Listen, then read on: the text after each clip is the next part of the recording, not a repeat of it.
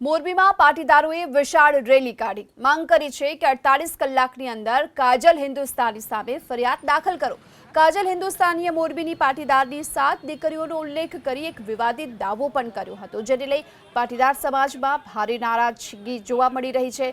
આજે મોરબીમાં પાટીદાર સમાજના આગેવાનો ઉદ્યોગપતિઓએ રેલી કાઢી કલેક્ટર કચેરીએ સૂત્રોચ્ચાર પણ કર્યા। પાટીદારોએ અલ્ટિમેટમ આપ્યું છે કે જો 48 કલાકમાં કાજલ હિન્દુસ્તાની સામે ફરિયાદ દાખલ કરો, નહીં તો ઉગ્ર આંદોલન છેડાશે।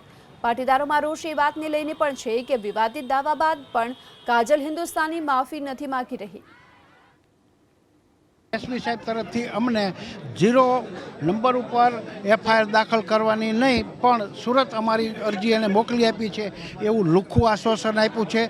એનાથી અમને સંતોષ નથી, એટલે જો 48 કલાકની અંદર અમારી અરજી ઉપર એફઆઈઆર દાખલ કરવામાં નહીં આવે તો આવતા 48 કલાકની અંદરમાં અમે મોરબીની અંદર મહાપાટીદાર સમાજનું સંમેલન બોલાવીશું અને ત્યાર પછી જે કંઈ જવાબદારી ઊભી થાય એ જવાબદારી તંત્રની રહેશે એવું અમે નક્કી કરેલું છે। સમાજની શાંતિને દોડનારી વ્યક્તિ સામે ખરેખર પગલાં લેવાવા જોઈએ, અને જો તમે પગલાં નહીં લ્યો તો અમે આ તો ખાલી ટ્રેલર હતું, પિક્ચર હજી બાકી છે। મોરબીની અંદર મહાસભાનું અમે આયોજન કરશું। સમગ્ર ગુજરાતમાંથી અમે પાટીદારોને અહીંયા એકત્રિત કરશું અને એની સામે ખૂબ જ ઉગ્ર કાર્યક્રમો આપશું, અને જરૂર પડશે તો મોરબી બંધનું એલાન આપશું, જરૂર પડશે તો અમે ગુજરાત બંધનું પણ એલાન આપશું।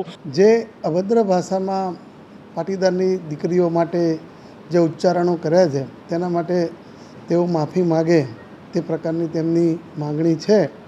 તો આ બાબતે અત્રેથી જિલ્લા પોલીસ વડાને યોગ્ય તે કાયદેસરની કાર્યવાહી કરવા માટે સૂચના આપવામાં આવશે, અને આ કાર્યવાહી વિના વિલંબે થાય તેની પણ યોગ્ય રીતે કાળજી લેવામાં આવશે।